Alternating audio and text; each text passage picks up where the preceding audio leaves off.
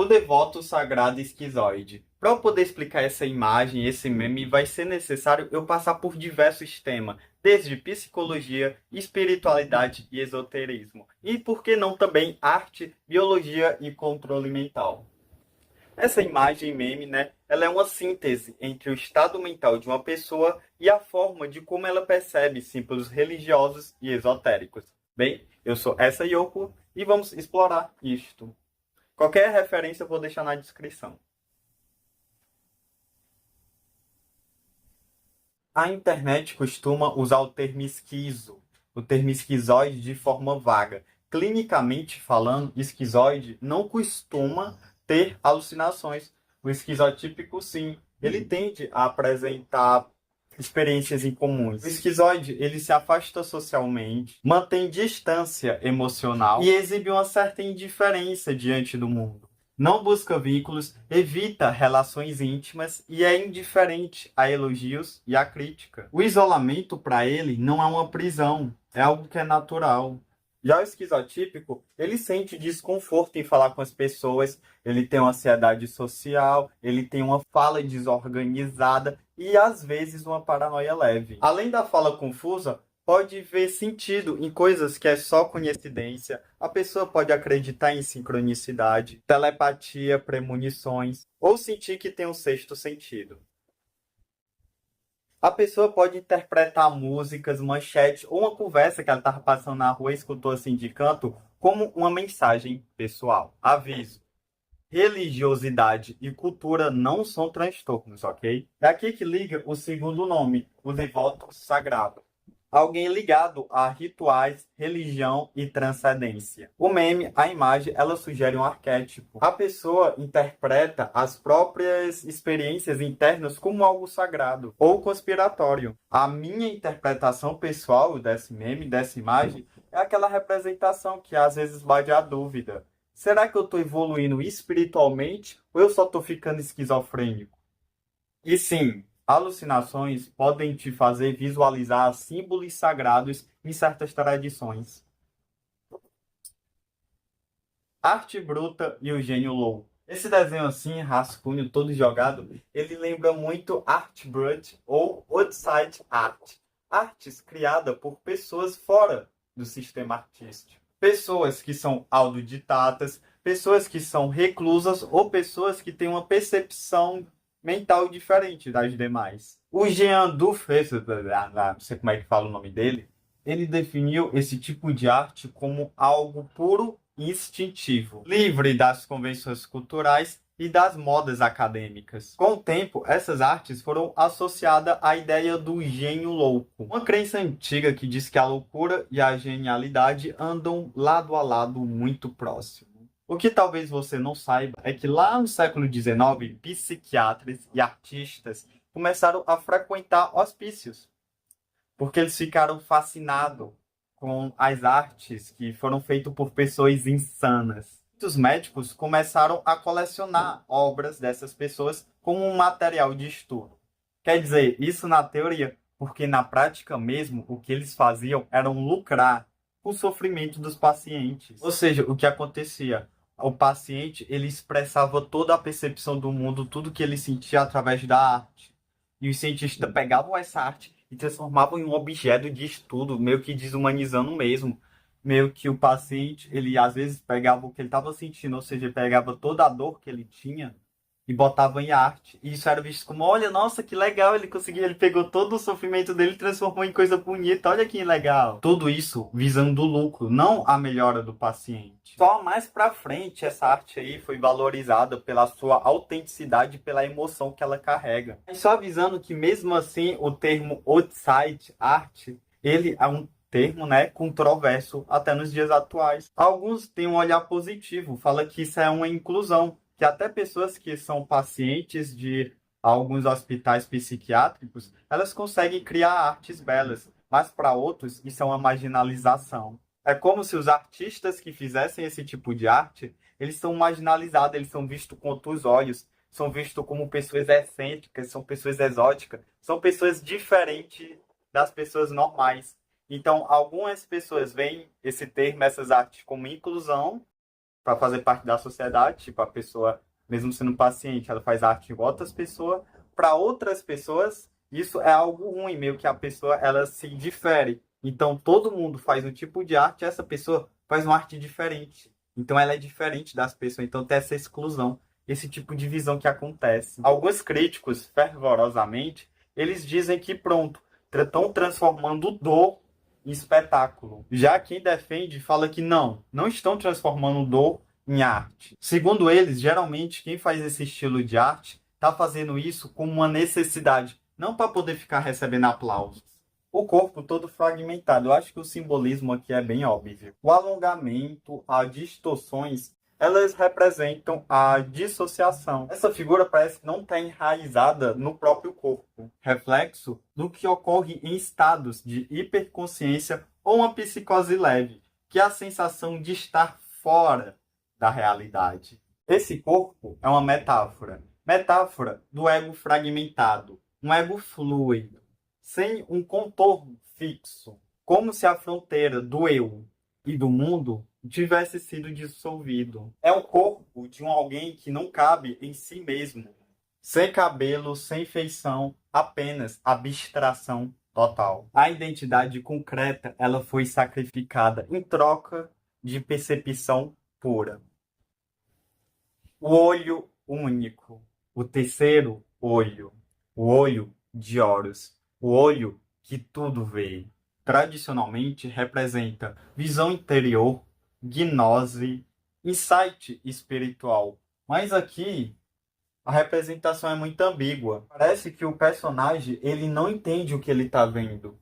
Meio que é um olhar triste, né? Parece até que está lacrimejando. Que é o que acontece quando ocorre um desalinhamento entre a visão e a compreensão.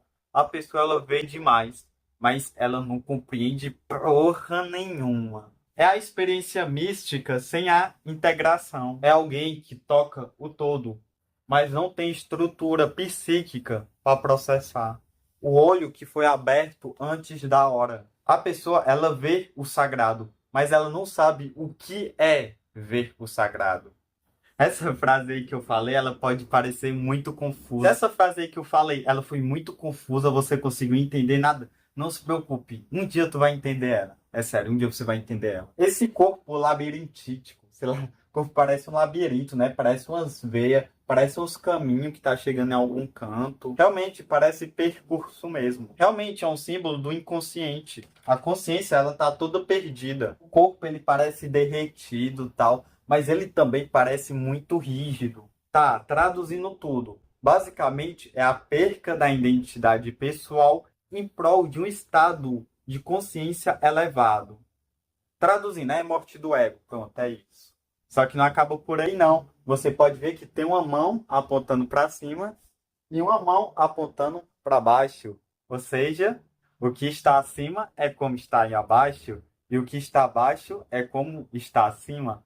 Basicamente, essa é a máxima hermética, a correspondência entre planos, o macrocosmo e o microcosmo, o universo e o indivíduo, o Deus e o homem. No desenho, o personagem ele representa a ponte entre os planos, entre o transcendental e o simbólico. Uma das mãos, como você pode perceber, ela é aberta e parece estar jogando alguma coisa para cima, que é basicamente redenção, intuição, criação, caos. A outra mão, ela parece que está grudada, tá vendo? Ó? Parece controle, parece uma lógica rígida, parece um dogma. Parece que um lado puxa para o se solte, não se prenda, seja livre. E a outra é tipo entenda, controle. E o corpo que fica no meio dessas duas mãos fica chorando, porque ele não ama o que ele toca e não ama o que ele solta. Qual é esse Pokémon? É um sol? É um vírus? É um ouriço? É um sigilo que está decodificado? Todos eles estão certos, né? Afinal, interpretação. Minha interpretação pessoal é que são cocolitóforos, algas microscópicas marinhas. Essas algas microscópicas marinhas, elas criam umas pedrinhas de cálcio, umas armadurinhas, né, de luz, umas partículas. Aí quando a alga morre, ela libera essas partículas e as partículas elas vão subindo, subindo e ajudam a formar as nuvens. Sim, do nada, uma alga marinha microscópica interferindo a respeito sobre as nuvens que fazem no céu. Tá, mas para entender um pouquinho, né, para vocês não ficarem tão perdidos, aqui, ó. Esse, esse aqui é o gênero da alga. Porra, como é que eu vou pronunciar isso? Rabidofaera clavijaera. Esse é o nome dela. Que significa aquele que carrega uma clava. Que obviamente é uma referência aos espinhos que emergem dessa casca, né? Dessa armadurinha. E por acaso, essa alga, ela solta partículas que ajudam a formar nuvens, logo é um símbolo alquímico perfeito. Meio que nasce no oceano, morre no ar e continua ajudando o mundo, né? Continua moldando o mundo à volta. Basicamente é o ciclo da vida, onde a morte não é o fim. Mas morte é um assunto para outro vídeo e biologia também.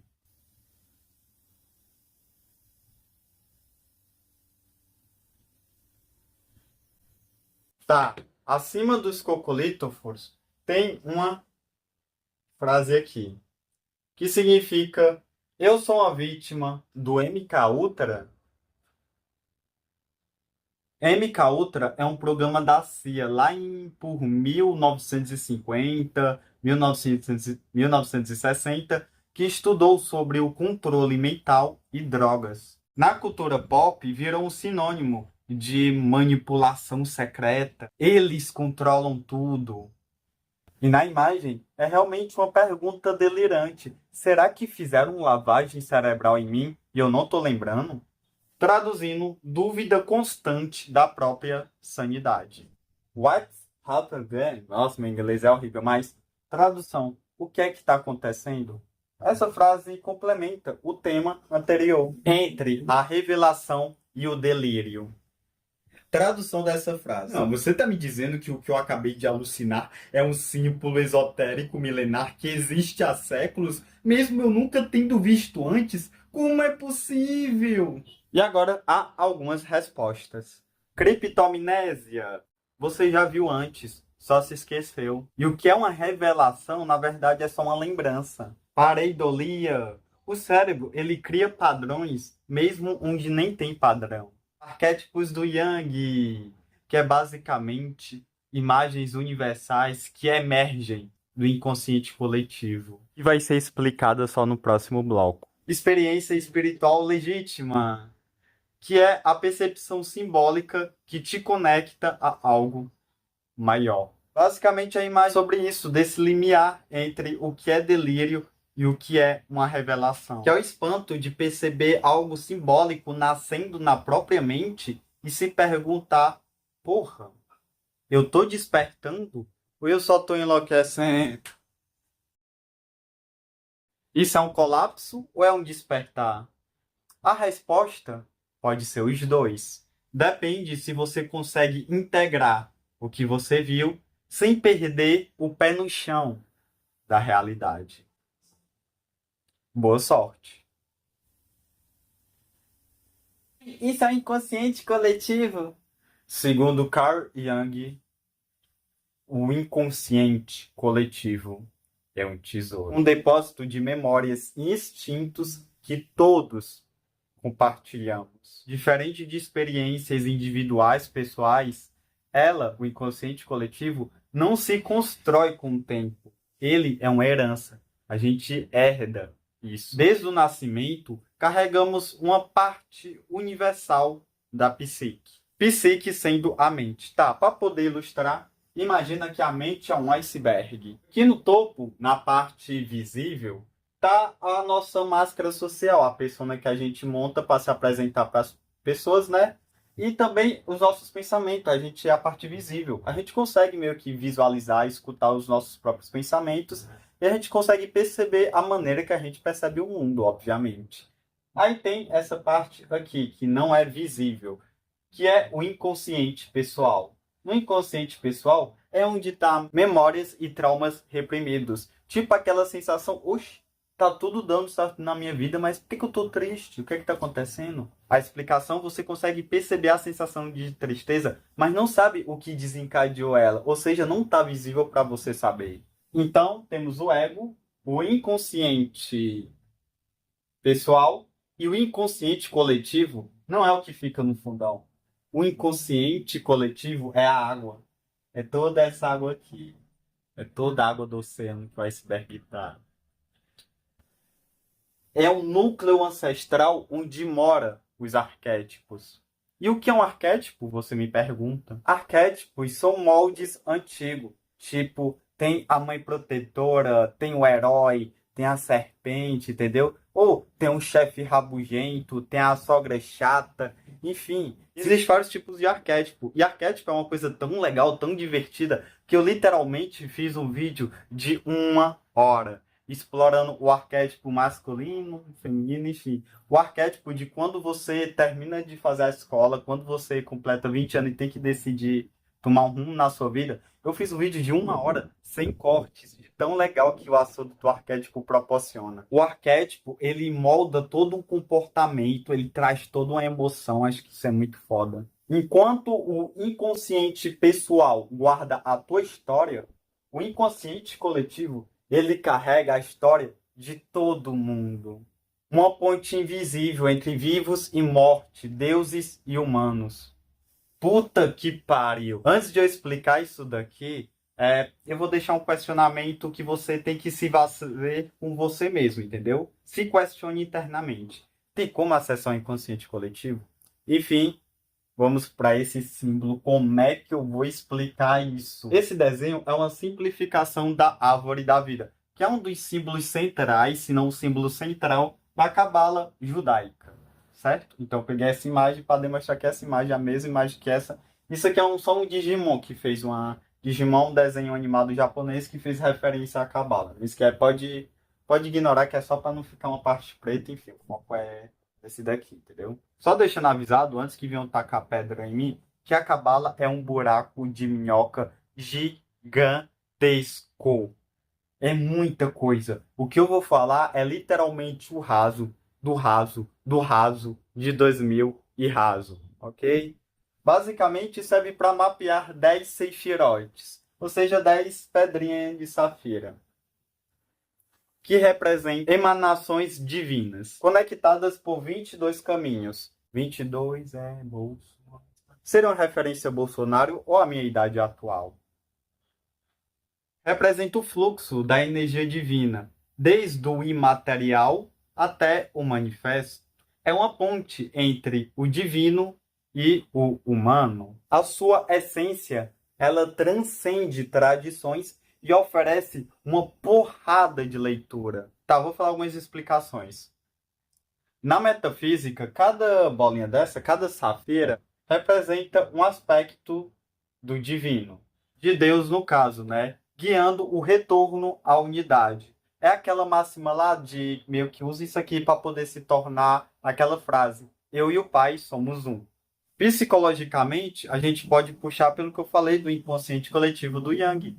Representa do ego até o inconsciente coletivo. Hermeticamente falando, conecta alquimia, astrologia, tarô, numerologia, entre outras coisas. Cientificamente falando, lembra redes neurais e fractais que o cérebro cria quando ele está em estados alterados de consciência. Mas por que que essa imagem ela pode surgir em visões ou então em sonhos? Como um arquétipo universal, a árvore ela ressoa com formas simétricas que o cérebro produz em meditação, em psicose e sob uso de enteógenos. A árvore é o sistema operacional do ocultismo ocidental. Um buraco de minhoca simbólico. Cada safira dessa, ela se desdobra em correspondências infinitas. Seja planetas, seja arquétipo, seja elementos. Uma espiral entre filosofia, psicologia e religião. É um espelho que se reflete infinitamente. É tipo tu pegar a câmera e apontar no espelho que fica infinitamente se repetindo. Basicamente é isso a cabala. Na cabala hermética, nascida no sincretismo renascentista e popularizado pela Golden Dawn, o universo ele emana três princípios, sendo estes Ain, que é nulidade, Ein Sof, que significa o ilimitado, Ein Sof Al, que significa a luz ilimitada. Esse fluxo se manifesta nas 10 Sefirot, que vai desde Keter, que é o potencial puro, até o Malkut, que é o mundo físico. Cada Sefirot desse, cada pedrinha, é um aspecto do ser, que vai desde a vontade até o material, e carrega símbolos para a meditação. Keter, coroa, potencial puro, essência temporal, o ponto inicial, como o Big Bang. Shokman, sabedoria, energia expansiva, uma intuição criativa. Binar, o entendimento. Forma, estrutura, razão, lógica. Chesed, misericórdia, generosidade e expansão compassiva. Jegorah, rigor, disciplina, julgamento, força.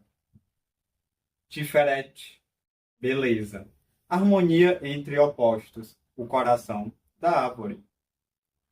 Netzach, vitória, emoção, o impulso criativo. Od, esplendor, intelecto, comunicação. Yesod, fundamento, ponte entre o invisível e o visível. Malkut, reino, o mundo físico, a energia manifestada. A árvore se organiza em 3 pilares: misericórdia, severidade e o equilíbrio. O buscador, ele sobe a árvore como um herói solar. Então você sobe a árvore e também o pessoal integra muito com a brincadeira de amarelinha, né? Pessoal, que você chega na Terra e você tem que ir andando até o Sol. Bem louco isso. Ok, para você que se perdeu. A árvore da vida é uma metáfora da autotransformação. Subir os degraus é enfrentar o medo e o ego, até se reencontrar com a origem, o centro silencioso de tudo.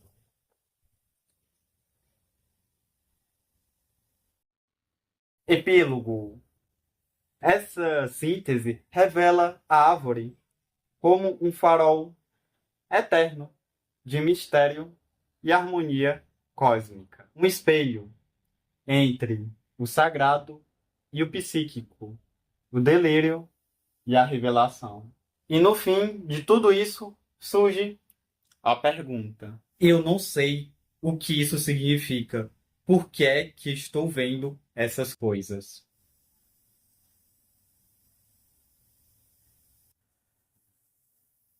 Isso ressoa com esse vídeo também. O que é que esse vídeo significa? Por que que você assistiu esse vídeo?